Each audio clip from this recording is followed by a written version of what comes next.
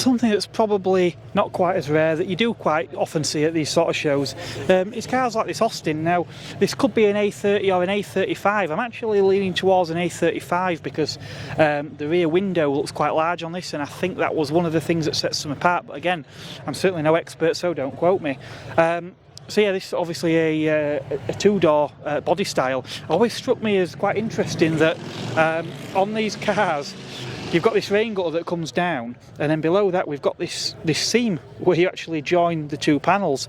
Obviously, if you had a four-door, presumably that's roughly the line that the doors would take, but to see a two-door body style with that seam, I always thought quite unusual. Front end styling, yeah, obviously. Very reminiscent of the van used in Wallace and Gromit that many of us do remember, and quite often I think children do see these, and Wallace and Gromit is the first thing that springs to mind. So despite filming the Citroen Northern Rally quite recently, and the fact that the 2CV is probably one of the most popular Citroens of all time, I've yet still to really focus on one in any great detail. But I am in luck because Colin here has agreed to have a chat with me. Now, Colin, you've got this 2CV 6 Special in front of us. Yep, we've owned it for about 27 years now. Blimey. It's our second 2CV. We had a plain red one first of all. Our daughter went to university and decided she wanted to take it with her. Oh, right. So we felt the loss. So we bought another one. Of the daughter or the car? The car. The car. Yeah. So obviously this one's a Dolly, probably one of the better known. Yeah, and in that colour scheme, the red and white's probably the most common colour. Yeah. Now these 6 Specials, these are quite late on, aren't they, in terms of 2CVs? 1989, and they stopped making them in Portugal in 1990. Right. So it's towards the end of 2CV's life. Yeah. Now I'm certainly no expert on 2CVs, so correct me where I'm going wrong here. So under the bonnet we've got a is it a twin? Do you want to look under the bonnet? We can have a look under there as well, later. Yeah. Yeah, the cylinders are down there. Okay. 602 cc's. Yep. Front wheel drive. What else can I tell you about it? So these are larger, aren't they, than the earlier ones were smaller capacity, weren't they? The earlier ones, they started at 350, and then 425, and then 602. Yeah. cc's. Yeah. Yeah. And obviously the power output was still quite modest, but there was certainly probably a lot torquier, weren't there, these later cars than some of the early ones? It was a prototype in 1937. Okay. And it had a 375cc engine. Yes. And that were the cars that had the vinyl, the rollback, the roof, and the tailgate, weren't it? It wasn't vinyl in those days, it was canvas. Canvas, sorry, yeah. Yeah. So the boot lid effectively were canvas as well, weren't it, on the very early cars, yeah. And one of the design criteria, and this is always mentioned, is that it had to be usable by a farmer driving over a ploughed field, wearing a hat with a basket of eggs. And that was one of the requirements for the 2CV. Yeah. World War II came along and they hid the cars from the Germans. So it started manufacture again in 1948 and finished in 1990. Mm-hmm. That's a fair run, is that, isn't it? It was. Yeah. Yes. I understand you're saying... altogether they made more than 5 million 2CVs. Blimey. So it had a fairly successful run. Yeah. You were saying obviously about the part of the design criteria was farmers' fields and I imagine probably a lot of unmade early post-war roads. The suspension on these is quite interesting, isn't it? Because you've got, is it sort of two opposed, they sit in the sills, don't they? Like suspension, yes. It's all the way along the side with a spring and a oil-based compression mechanism, like an ordinary shock absorber type of thing. Yeah. Along the side, and it makes it very flexible. Yes. So as you go around corners, it leans. Yes, I've noticed they do have quite a lot of lean. People worry about that. Yeah. But, once you're used to it, I suppose it doesn't bother you too much. It doesn't.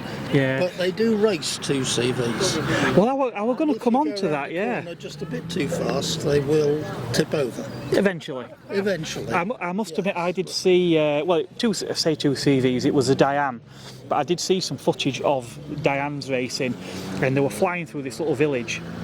And he basically sort of flicked it to the right, flicked it to the left, and obviously you could see the car pitching wildly from side to side, but they didn't fall over. No. And I must admit, it did look very spectacular, you know. It's quite surprising how London double-decker buses don't fall over.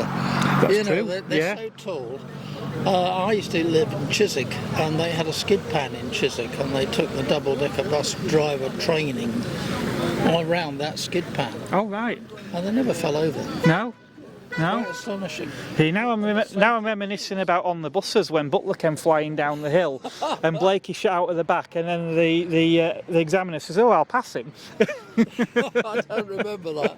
I remember on the buses. Yeah. Colin, you mentioned that in addition to this 2CV and the one you've had before, you've actually got another a 2CV based car, haven't you? Yes, it's all of the running gear of this car with the four-seater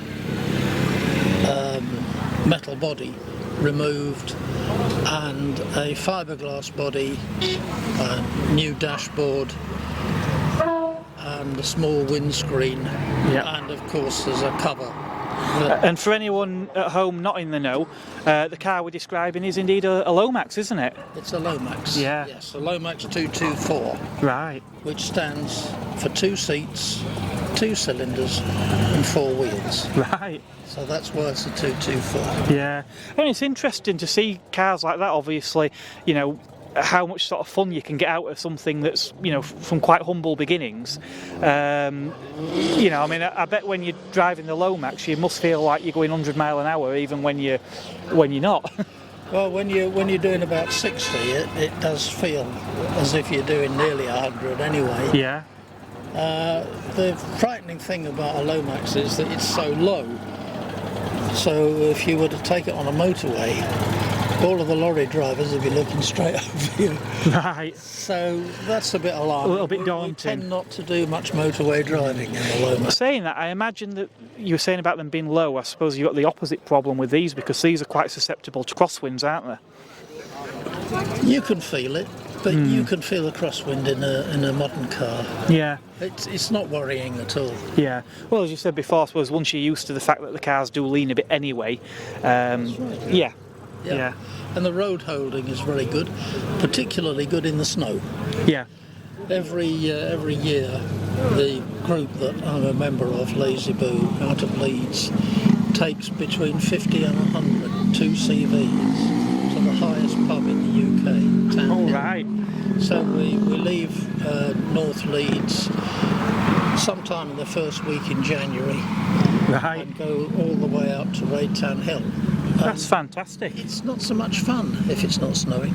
We really do want to see some snow. Well, that's great, because obviously, again, with classic cars, quite often they don't come out in winter. So the fact that, you know, you've got people that are willing to bring these not only bring these cars out, but, you know, really use them in all conditions. That's fantastic.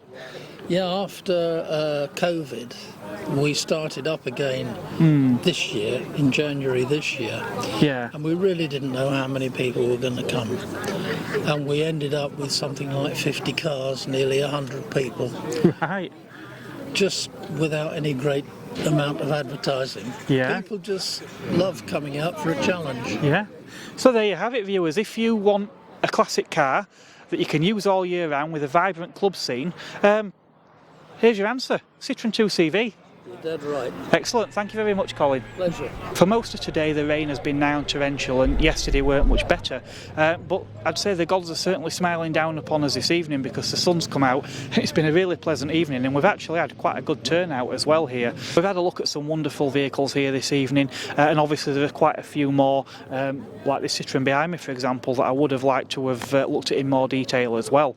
But there is only so much time in a day. There will, of course, be plenty more videos to come in in the very near future. We've got Festival of the Unexceptional, that's the back end of July. Middle of July we've got Walton Classic Car Show, which is always a good event, and the last 2 years it's been about 30 degrees on both of those days. And prior to that, Autos de France, which is a new event that I've not done before that I'm really looking forward to.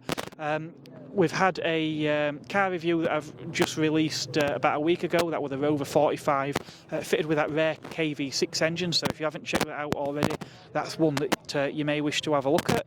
And I'm in the process of editing another car review, and there's another video that's actually just gone out this evening as we speak as well at another event. So there's plenty in there to go at. So again, make sure you hit that subscribe button and the bell notification so that you're aware when those videos go live. And while you're at it, if you fancy giving this video a thumbs up, that'd be very much appreciated.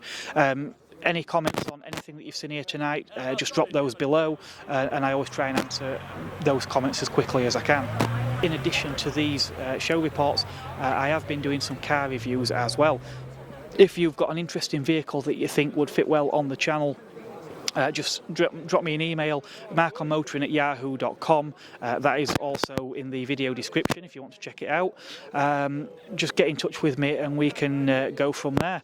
Or likewise, if you are attending any of the shows and you fancy doing an interview with your car, maybe your car's got an interesting story to be told, again, either just drop me a message or come and see me at one of the shows, and we can go from there.